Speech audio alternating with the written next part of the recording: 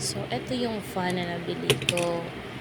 Nung ma-receive ko yan, natatanggal talaga yung cover niya. So, hinayaan ko na lang. Sabi ko, iti-tape ko na lang kasi gumagana naman yung fan. And after 3 days, hindi na siya gumana. Ayan. So, ayan.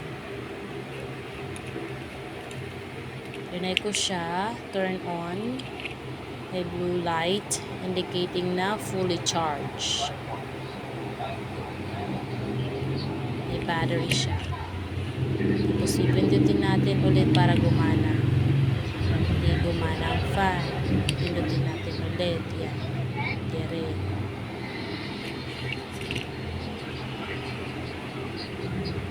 Three days lang po siya gumana. So, parang hindi naman sulit yung binayad natin. So, ito pala siya. Yan o. Parang may naputo siya dyan na parang lock dyan.